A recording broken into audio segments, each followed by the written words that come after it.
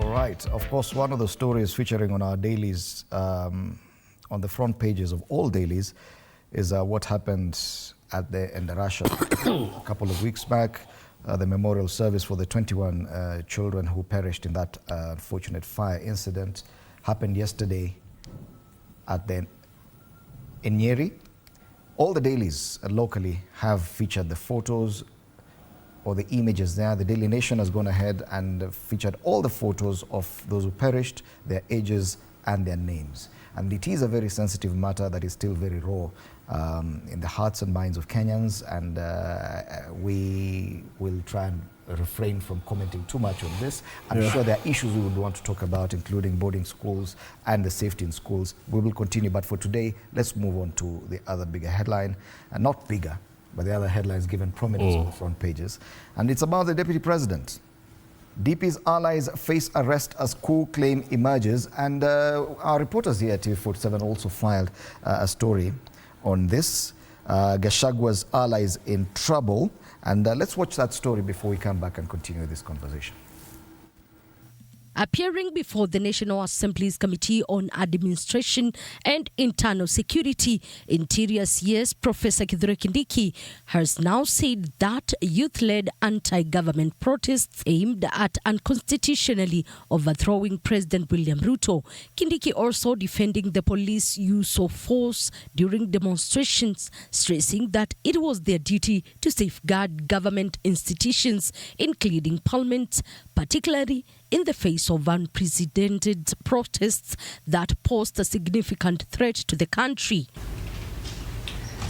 And those who took advantage of that expression of democratic opinion to commit crime also are intended to access State House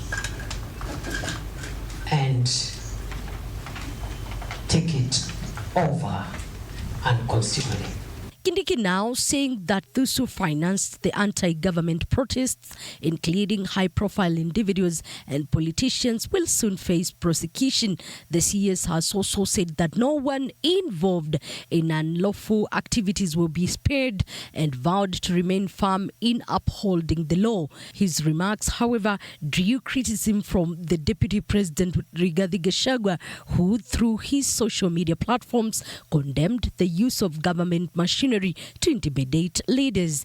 And I am informed by DCI that high-level prosecutions will ensue anytime from now, of including political leaders who financed, and we have evidence they financed people to loot shops, to kill Kenyans, expose them to danger. And we cannot countenance the kind of mayhem we saw in July and June, for whatever reason.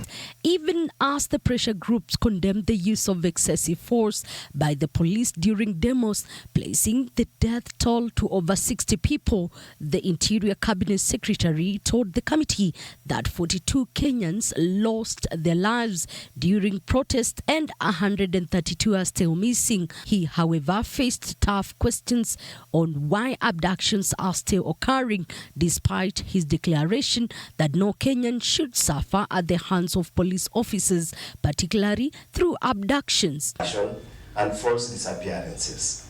It has been common knowledge, because these 132 members who are missing, where are they? They can't just miss out, cannot just disappear in thin air, and yet this is a country of Kenya. We have extensive security network in this country. Where are these people and who are they? This administration does not condone abductions or extrajudicial killings or enforced disappearances. So it is unfair to visit a policy of extrajudicial killings on government unless we are provided with the evidence. Nairobi has the highest number of missing persons with 34 cases reported. Nyeri follows with 28 people missing, while Kirinyaga has 16 and Nyandarua 13. Other counties affected include Kitui with 9, Garissa 8, Machakos 6, Mombasa 5, Kisumu 4, Mandera 4, Kajiado 3, Tharaka Nithi 1 and Wajir 1 person. Elizabeth Mutuko, TV47, Nairobi. It's the same angle that the Standard has chosen to go with as a top headline. DP allies face arrest as coup claims emerge. 5 allies of embattled Deputy President Gachagua are staring at a date with justice after investigators linked them to allegedly planning, mobilizing and financing Gen Z protests, even as Interior CS claims plotters took advantage of demos in a bid to overthrow the president. I'm still in studio with Kimwani Mwangi, Njeri Higa and Hans Rop. And it has not escaped our attention that this claims or the link between the deputy president's allies and the protests in June came a day, the same day that the impeachment motion or signatures for the impeachment motion were being collected. And one wonders, could there be a link between the two? Because yes, criminality on one hand would have been handled any other time by the criminal justice system. These claims could be tantamount to treason. We did not see that push between June and September. This is 3 months later, just as impeachment is gaining momentum, then they say that the DP's allies could be linked to the protest. Don't you think that the DP is right in saying that this is a misuse of a criminal justice system? If they had this evidence, they would have prosecuted these individuals way long ago. There is nothing that happens in politics by coincidence. So it is purely politics? It's purely made to happen when it has to happen to achieve some pre-planned objective.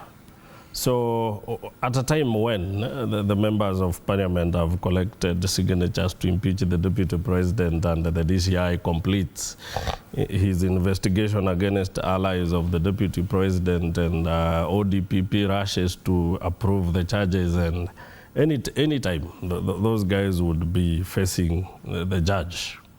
That's purely politics. The DCI would have been done with the investigations earlier or even later. That it coincides with this, it's purely politics. It was planned, firstly, to wipe the emotions of the people, to make it appear like the DP is so evil. And we are not just impeaching for political reasons. We are impeaching a very bad man whose friends might have been the reason why your son or your daughter died or your daughter was maimed in the demonstrations, because they infiltrated those protests with criminals with a selfish ulterior motive. So it is meant to create a situation from which things will build to have people side with whatever will be happening in parliament any moment going forward. So it's purely political, and it is in bad taste. It's not good for the nation. I agree with the deputy president in as much as I may wish to remind him that mkuki kwa nguruwe mtamu. When these things were happening against other, he wasn't speaking. When mothers were crying of their children abducted, he never said nothing. When all these, so why is it so important that today we must sympathize with him that he is being isolated and the judicial and some security organs are used against him?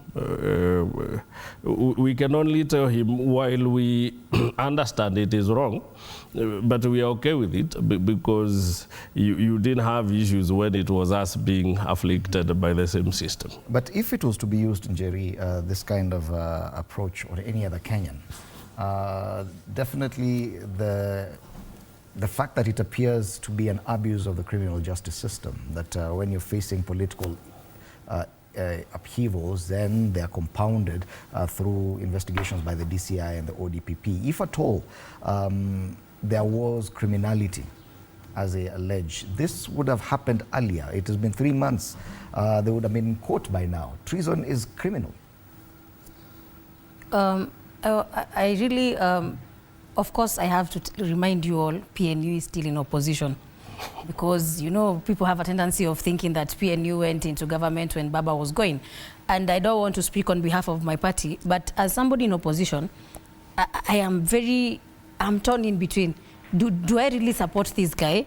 The same guy who was out there throwing us under the bus every time that anything happened, he threw it under the bus. Every time we were agitating, it is Mongeke. Every time we're agitating, it is Uhuru funding, you know? And it's, I would want every young politician to learn a lot from our seniors, because we have seen it happen in the history of Uhuru regime.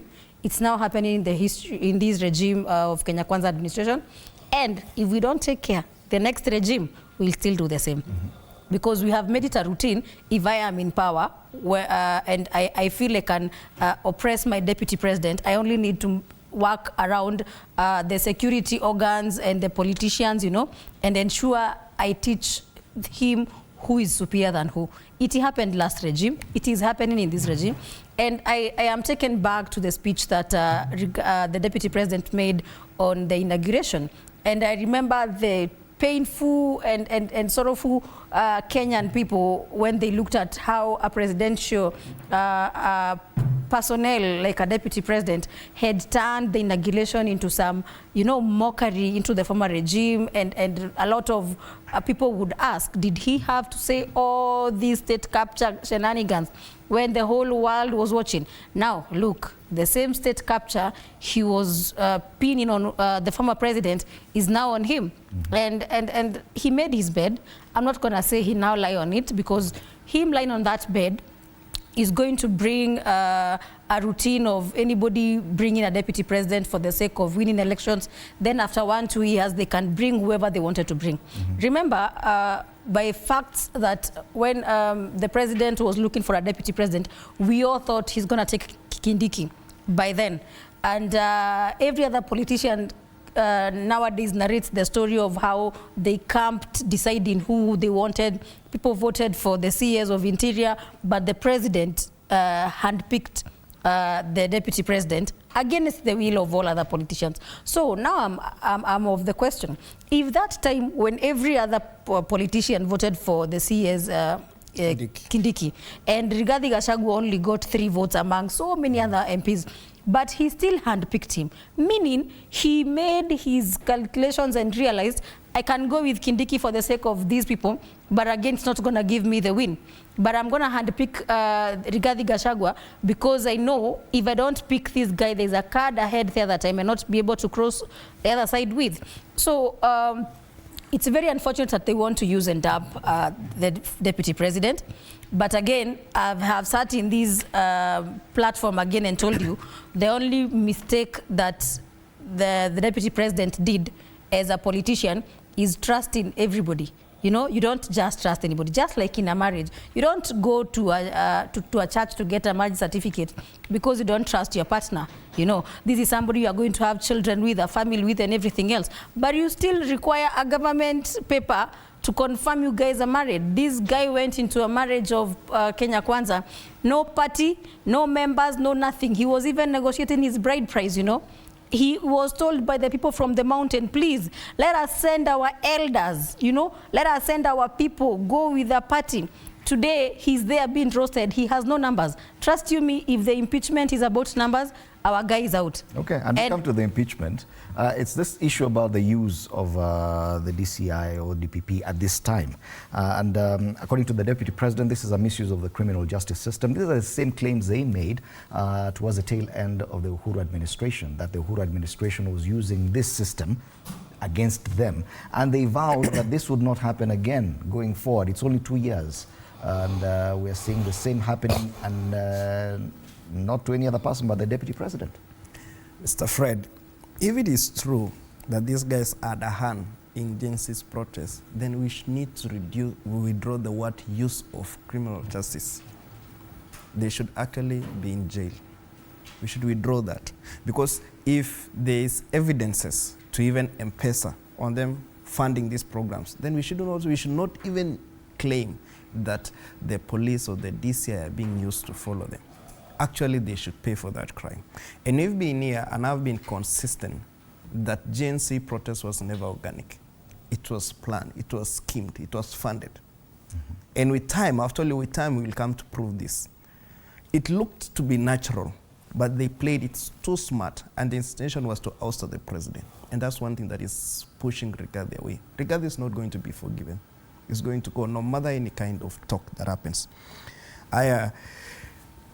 Kimani had said that this happened for political reasons. Just the same way Gen Zs were funded and so on, it was for political reasons. One thing I study from the character of our deputy president is that there is zero loyalty.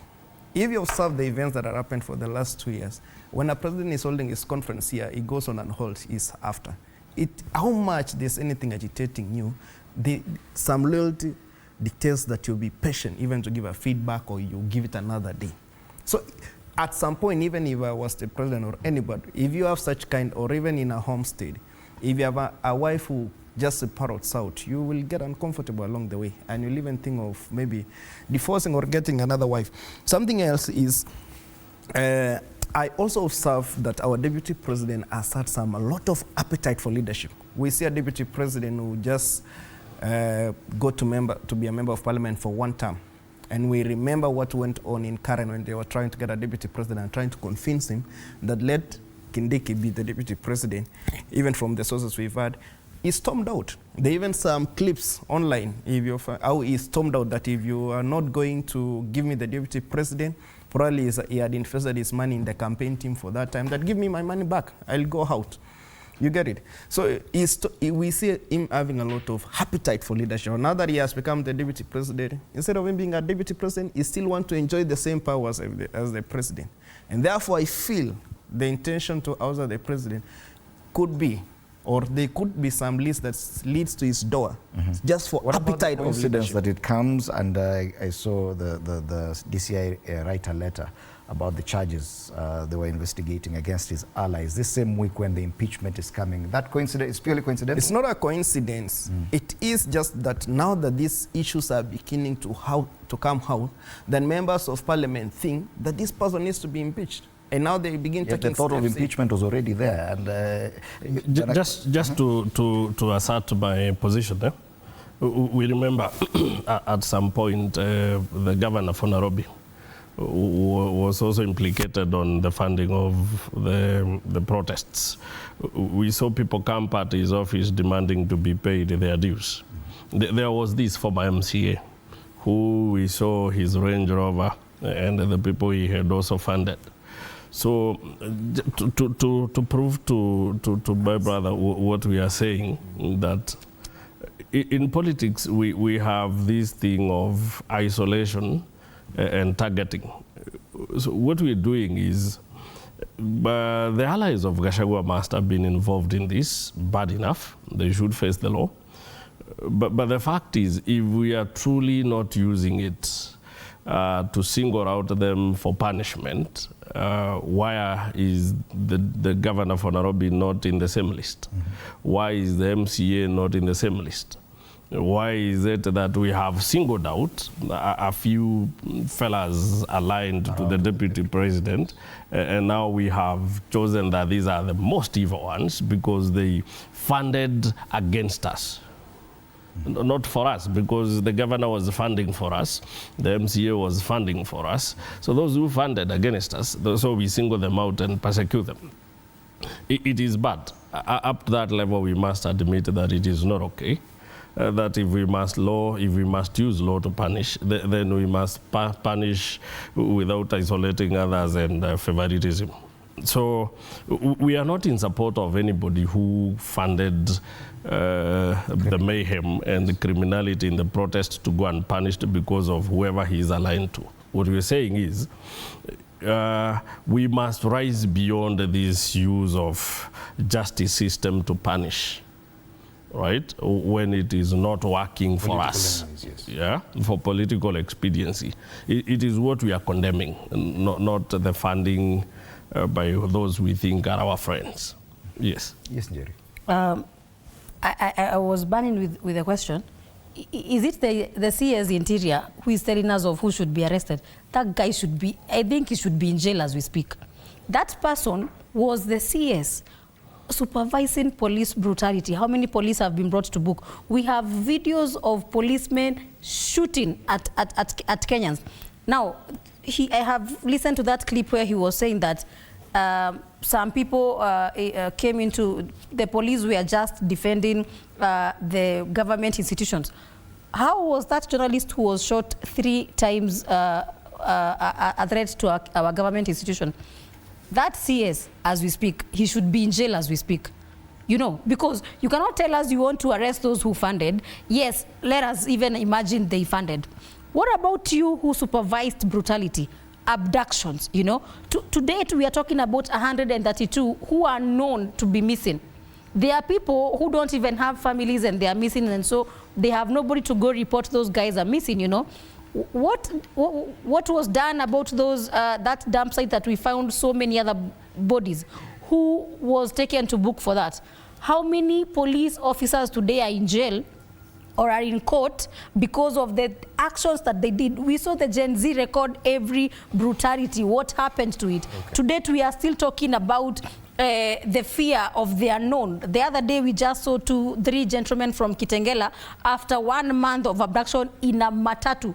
Yani, abduction is so, we have normalized abductions that these guys from, I don't know which side of the police force, I don't know if it's DCI or whatever, can halt a matatu and hey, simamisha, and then they abduct people and nothing is done for 1 month, and then one morning they wake up after the MP for Embakasi wakes up and raises the question, then they are released and taken back to the public. We cannot use information from the same guy who supervised to bring into book other people who he claims funded. Okay. He is part of that chain.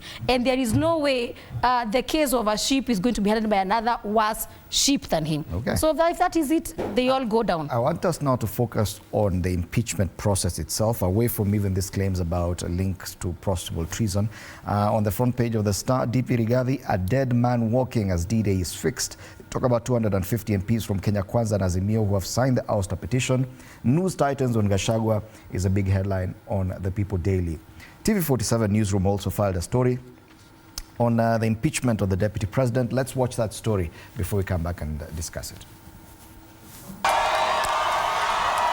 Deputy President Rigathi Gachagua's fate in the Kenya Kwanza administration appears sealed after more than 200 MPs appended their signatures in support of the impeachment motion against him, surpassing the threshold of 117 MPs needed for the motion to be tabled in Parliament. I was shocked. I thought I would be top 10. But when I arrived to sign the impeachment motion, I was actually number 242, and there was a queue already. So meaning that we are going to have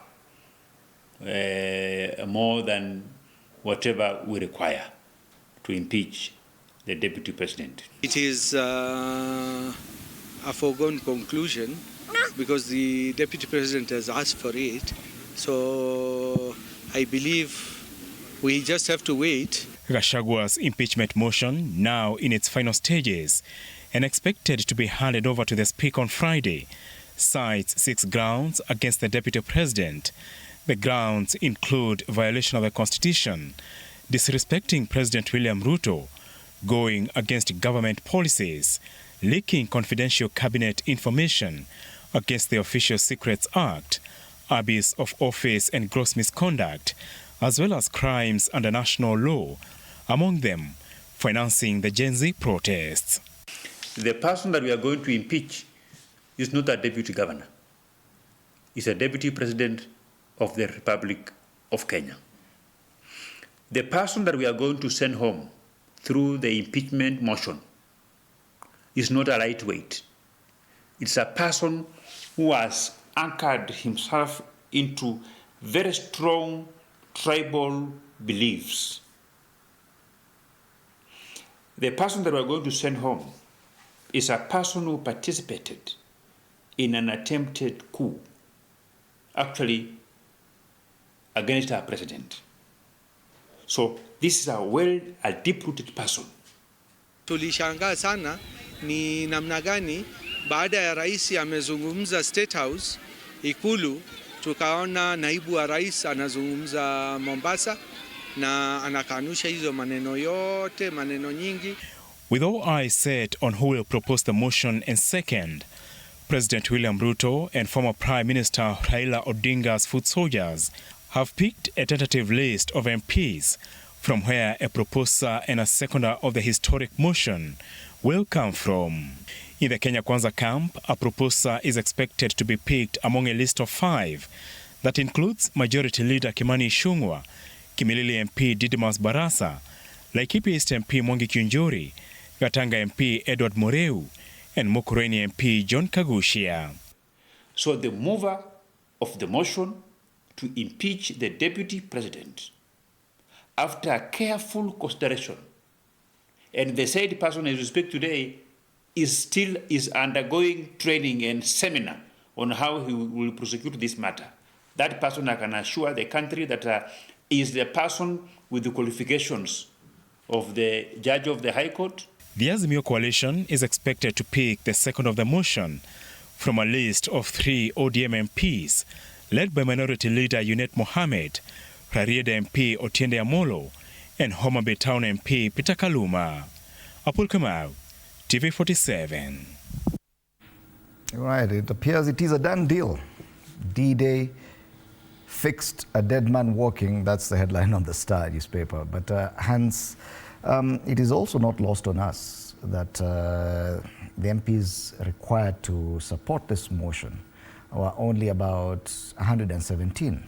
The fact that we have close to 250 MPs and they're keen to show everyone that there are 250 MPs appears that they were also trying to test their strength in as far as the numbers are concerned.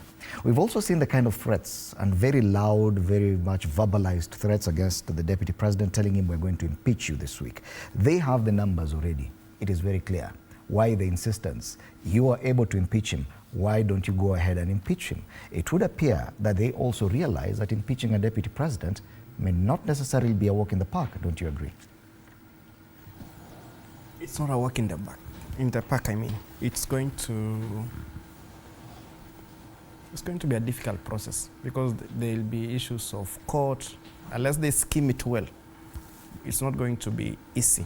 But then just to support your sentiments is, why is it that they are shouting out and they are telling the deputy president that we are going to impeach you? Is because deputy president has lost all. There's no ground that holds him, that feels like if you really lose Rikiji, you're going to lose a lot in the ground. It's shown to be, it's more of being naked, that there's nothing he holds. So anybody can answer him. And you've seen all members of parliament answering. And you realize that probably this could be a decision that has already gone on, discussion that has already been there. Now it's just a situation whereby it's being now made real. It's being placed into action for him to go out. And as much as I think it is hard, I think politicians always have a way of fixing out. You remember even in the previous government when they wanted to remove the likes of the leader of majority of Aden Duale, Akina Murkomen, how Uhuru brought the team from Kanu and they made Pokisho the leader of majority in the Senate. There's always a way the government will always want to do something when they feel like you're not still playing into their tune. Mm-hmm. Yeah. But it would appear that there's a different end that they're hoping for, that maybe they had realized before this link to the Gen Z protest that maybe their motion did not have the proper grounds and they're pushing probably for a different result, hopefully to force the president to resign out of fear of the repercussions of a possible impeachment, of a successful impeachment, and probably they realize if it's not successful, it would look bad on them. He'd rather resign, and the way to make him resign is to shout out and to ensure that he knows we have the numbers. Do you think that that's a possible end result that they are hoping for from the Kenya Kwanza side? Gachagua is not a man who is known to take it lying. And I can tell you for a fact that they better be braced for a fight. They have the numbers that I can assure you that to gather 116 already they've exceeded the number. The law requires that, statistically, if it is 116 point, we call it 116. If it is 233 point, we call it 233. So they have the 116 that already is gotten. They'll easily get the 233. They will easily get the 44 in the Senate. But the impeachment process is as legal as it is political, because it is anchored in the Constitution in Article 150. Now, the Deputy President will go to High Court. Take around 6 months. Even if the High Court decides against him, he goes to Supreme Court. Another like 6 months. Even if Court of Appeal, decides against him, he goes to Supreme Court, because this is a matter of national importance. And then we have a Deputy President who is on the corridors of justice for a whole 1.5 years, and he's either let off the hook or condemned when we are counting months to elections. I can tell you for a fact, for self-aggrandizement, this sounds like a very good thing.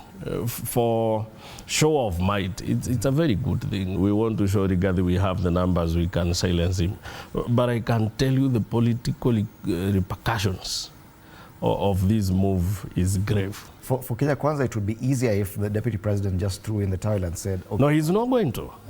Because to prove something in the court of public opinion is very easy, because you just whip emotions.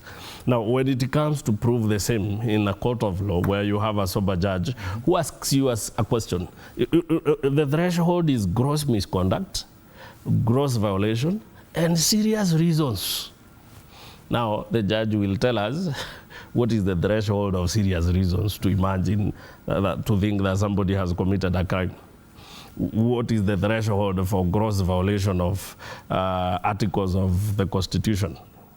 Gross is not just violation. What is the threshold of gross misconduct of a state officer? You may prove violations, misconduct, reasons. But are they serious enough to warrant the removal? Are they gross enough to warrant the removal? Now, that part of answering those questions is where the whole bit of the matter lies. Okay. Because when you have somebody for a whole year plus in a court of law with jargons, with us trying to answer those 3 questions, and again, it is also good to remind the Kenya Kwanza movers of this motion that in Kenya, our political figureheads are not just people who holds titles. They are our representative to the table where the national cake is shared. And it is them that we expect will come back home with a piece for us to eat. There is a reason why Mount Kenya has developed more than Nyanza. It's simply because Mount Kenya has been in all successive governments and Nyanza has always been out. So whenever there was a cake being shared, there was somebody to take home to the people of Mount Kenya their piece of the cake, while there wasn't one to take home a piece of cake from Nyanza. So Mount Kenya developed, and it is a fact we have to align ourselves with, because it is what has bequeathed us the devolution in us trying to say, these people have been left behind so much, and the reason is because they lack somebody to represent them. Let us bring money closer to them so that they don't have to send somebody to Nairobi to bring them something. Now, the danger with that is that persecution of this figurehead is a persecution of the tribe. Right? So he's right that Gachagua might not have the ground with him, but I can tell you, because I come from Mount Kenya, that he has it. And by the time you are done persecuting him, he would have locked it. It will be as impenetrable as the night. Now, what I'm trying to wonder in this whole melee is one, the political repercussions. The president is a very wise political player.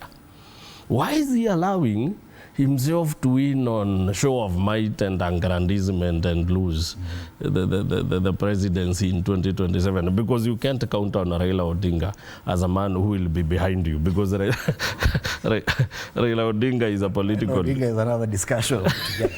On this impeachment, yes, many... it has been so publicized. And if you look at Twitter right now, the threats are continuing. That it's 2 weeks, in 2 weeks' time, you'll be out. You won't have a flag by December. It would appear there's a push for the deputy president to instill fear in the deputy president, even before the impeachment, possibly to force him into a position where he could say, okay, fine, let me resign instead of being impeached. But as Kimani says, it is not a simple thing. Even the former leader of majority, C.S. Aden Duale, acknowledged that when there were threats to impeach the then Deputy President William Ruto, that it was not going to be easy for anyone to impeach the Deputy President. It's the same as impeaching the President. We recognize that it's not easy. The numbers in Parliament may say different, but is it a done deal? First of all, I want to say that Kenya Kwanza is behaving like a toxic marriage partner relationship, whereby one partner is all over the apartment and the corridors of families and in-laws telling everybody, me, I can leave this guy, you know, for reason A, B, C, and D, you know. I even have advocates in line waiting to file the divorce, but they don't go ahead. They just want to make it toxic. They want to make the environment very hostile. And again, remember, in this country, politicians have a tendency of bringing political temperatures to sway the attention of Kenyans from very important things.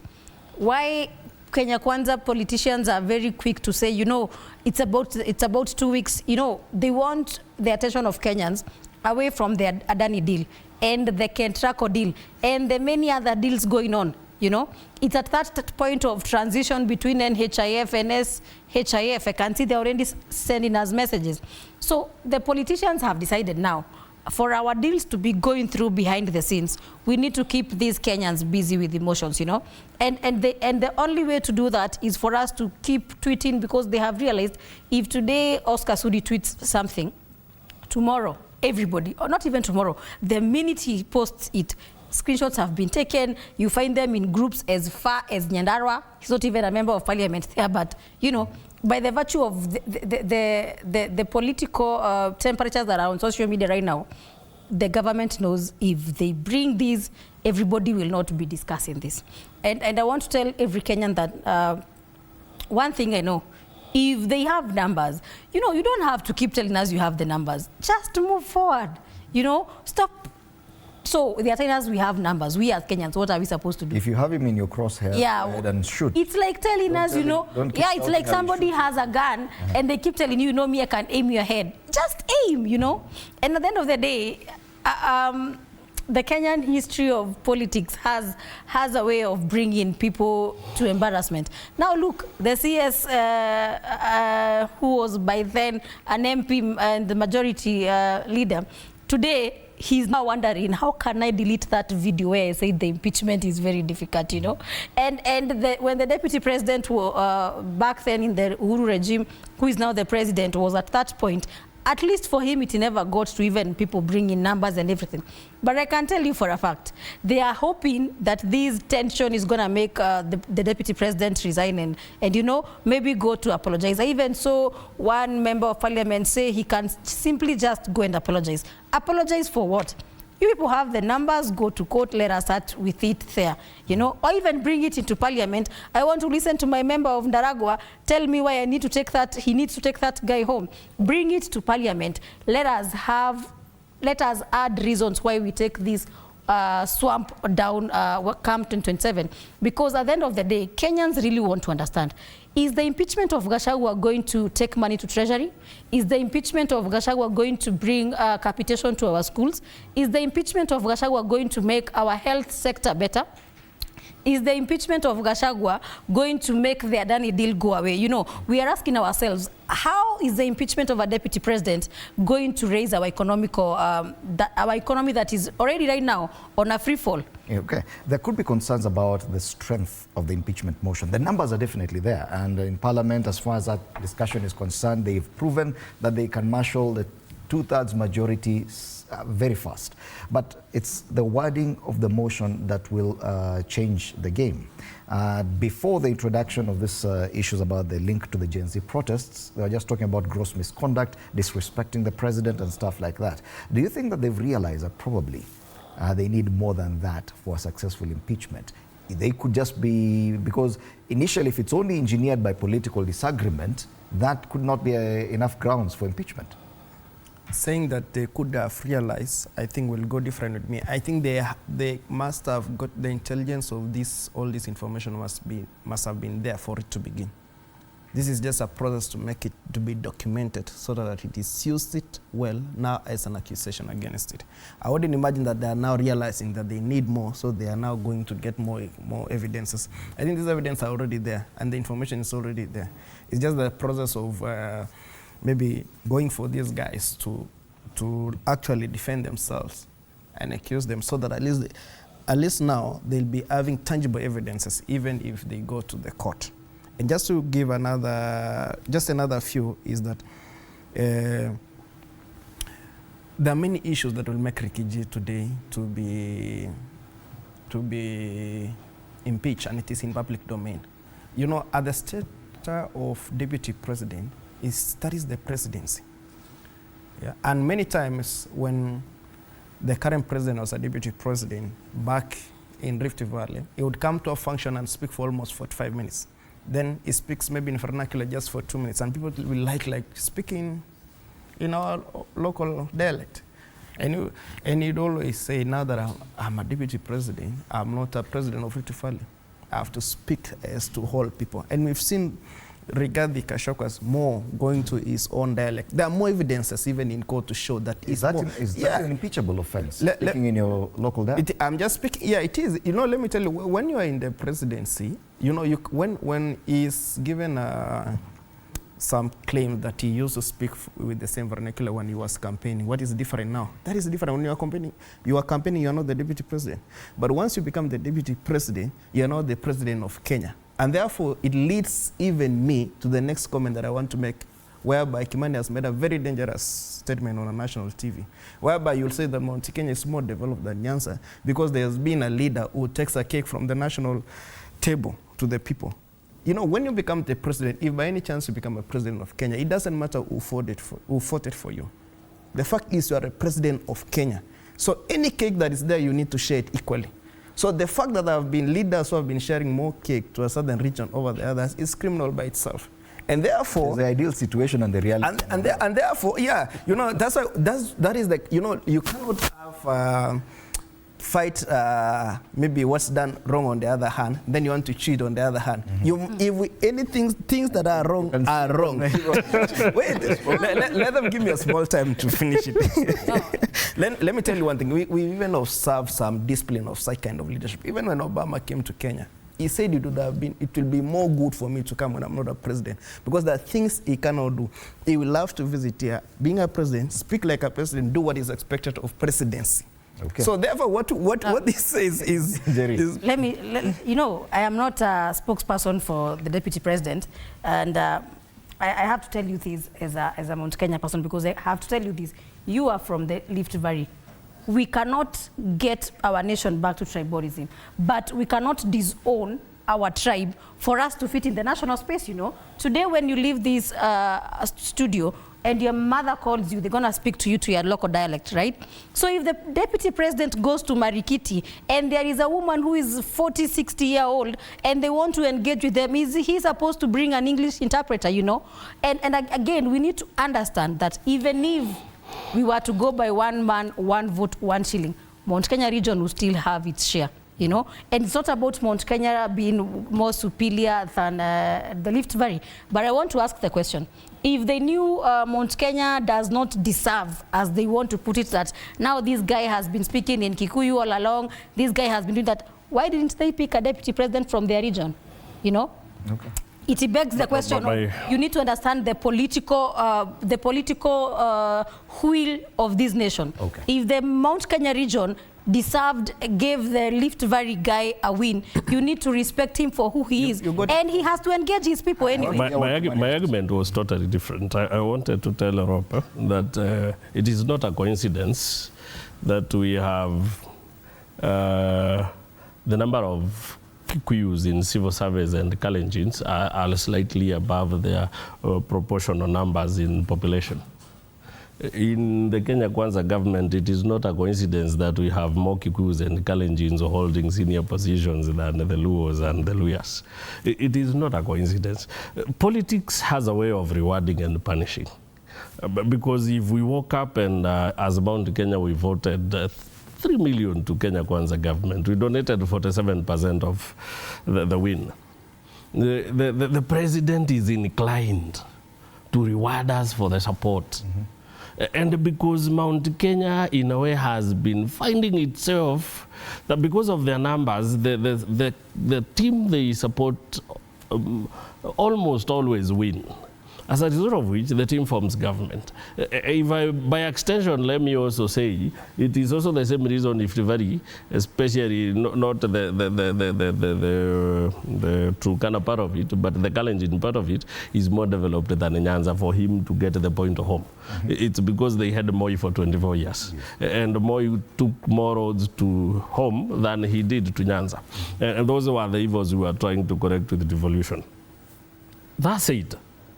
I was answering. I don't want to take somebody else's time. I want us to get to the... and just we're finishing up the show. I'll give you an opportunity. But I want us to look at now life post-impeachment. Let's say the impeachment is successful.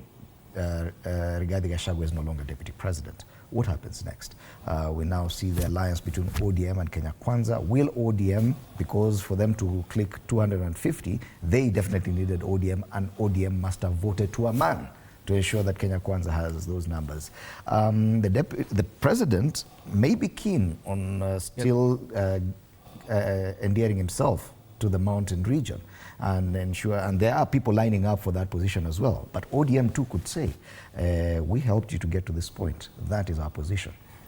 To my thinking, is that Deputy President will consider giving it back to Mount Kenya. And that's why a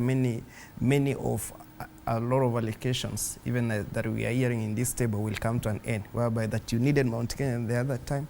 Now you see like we don't need us. We are just, I think the president is maybe disappointed by the character of the person who is in the position of the deputy president today, but he doesn't have a problem with the region. And of course, he needs the votes. And if anyone would. Yeah, and of course, he's thankful for the support that he got there. Therefore, he's going to go for a person from that region, and we know that is how it's going. For the ODM or maybe the Raila team, they have been given 4 CSS that are more powerful.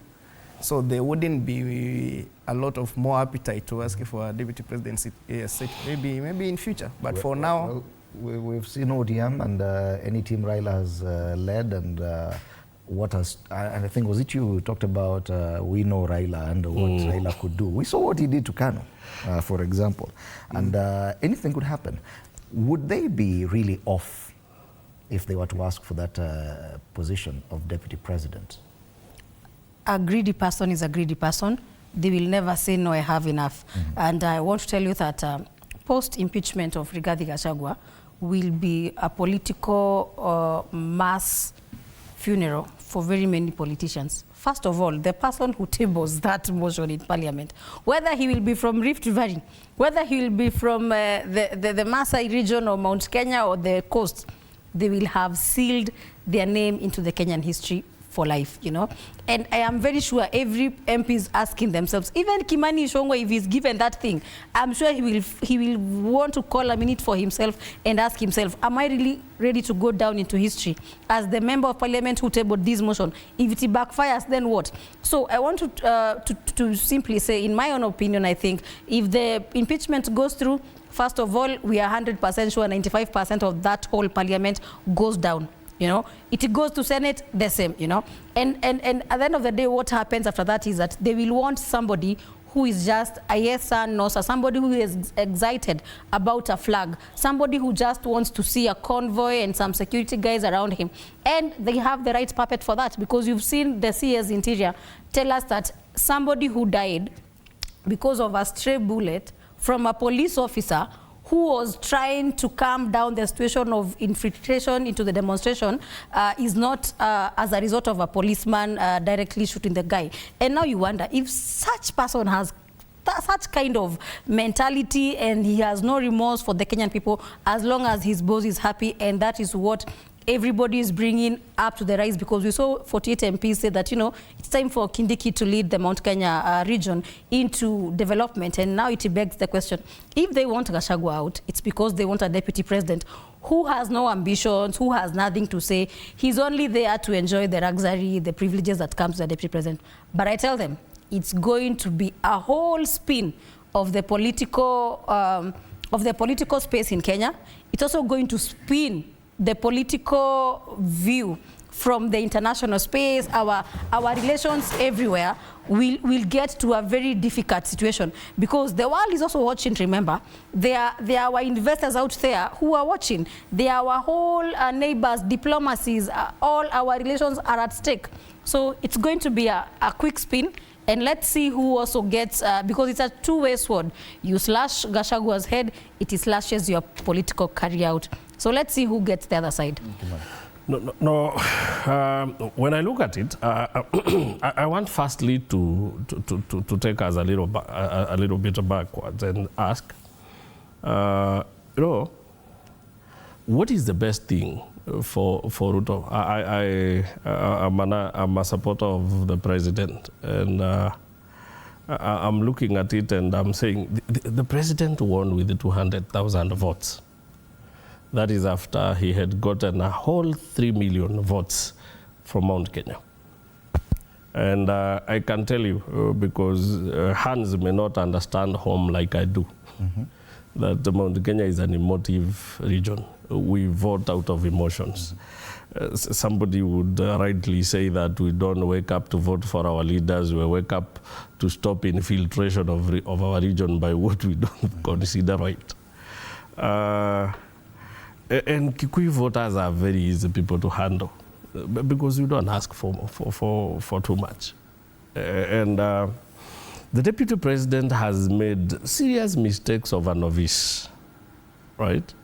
The entitlement, that of imagining he's a co-president, he should have read the constitution and understand that he has no political power other than which is ceded to him by the president. He should have been contented working with the President William Ruto, because apparently there will always be wrangles in a presidency. It is how you, as a deputy president, humbles yourself, like a wise woman would do at home, secures your stay with the president. He has failed completely. And he warrants, by the way, the impeachment. If you were to do it on aggrandizement, I want to show you that I'm a man, I can kick you out. On that level, he does. But now on political calculations, it is a very serious miscalculation, in my opinion. Now, you ask what will happen if Gachagua is impeached. I want you to look at it this way. That there are three factors that, in my opinion, the president has to really consider. One is the Gen Z. They're not happy with him because of the way he has handled the affair. When they came out to express their anger, they were abducted. There was a lot of police brutality subjected to them. And even today, they are still looking for their friends. So they're not happy. And even the things the president promised them to look at, he has forgotten about them. Because now he feels secure with the support that has come with Raila Odinga. And then there is the former president, Kenyatta, whose silence must be a source of very serious self-reflections. Why is he so silent? Why is he so indifferent? What is he cooking with his trillions and billions? Then there is another angle that we must also consider, Raila Odinga. Is Raila Odinga a man we can trust that in 2027 is not going to smell a win around the corner? What if we push Gachagua out of the house and then Gachagua finds solace in the hands of Raila Odinga and Uhuru Kenyatta? And then in 2027 we have President William Ruto on one end, with Raila Odinga now having the backup of Gachagua. But possibly if they impeach Gachagua, they are going to give us Kindiki. And I can tell you, and this I'll tell you for a fact, the people of Central Kenya are not going to take it lightly, that their seat has been given to the people of Mount Kenya West. I come from Mount Kenya East. I come from Mount Kenya. Mount Kenya East is not Mount Kenya West. And that is why you're hearing our younger brothers from Mount Kenya East telling us, you guys mmetuzoea sana. We normally go to hunt together, but you get yourself the juicy part of whatever it is that we had, and we wonder. Now, with those divisions, you don't want to take a seat from Mount Kenya West, give it to Mount Kenya East, and you think you're still home. While Mount Kenya West has a chunk of like 5 million votes. If you do a conservative number of Kikuyu votes in this country, it is between 4.5 and 5. You work out your numbers. Now, why do you want to antagonize a region that is that vote rich for self-aggrandizement? In my opinion, I would advise that the president ought to really tell his guys, hey, hold on. This man might be bad, but we can still handle him while still in the house. It will be easier. He is not the guy you want to be out there with the possibility of reuniting with Kina Kalonzo and Odinga in 2027 and Uhuru's billions and a Gen Z that is not happy with you. You're not going to survive the juggernaut. All right. DP Gachagua, dead man walking as D-Day is fixed. 250 or thereabout members of the National Assembly from Kenya Kwanza and Azimio have already signed the ouster petition, which means that when it comes to voting for the same in the House, they can simply marshal the numbers and be successful. But is it really a done deal? That's the question. And we'll have to wait until next week to find out what will happen. Thank you so much, Kimani Mwangi, governance expert, Njeri Kahiga, national youth leader, political party PNU, and Hans Rop, political analyst, as our analyst this morning, as we take a look at the big headlines. After the break, mental health awareness. Shiksha Arora will be in studio to conduct this conversation. And of course, it's one of those conversations that have very serious implications, especially on the younger population, coming only days after that unfortunate incident where an intern doctor at Gatundu took her own life due to issues around mental health. So yes, it is a Feel Good Friday. Later on, DJ Granite will be here to give us the best of music and trends, so do stand by for that as well. My name is Freddie Ndimuli. Have a lovely weekend.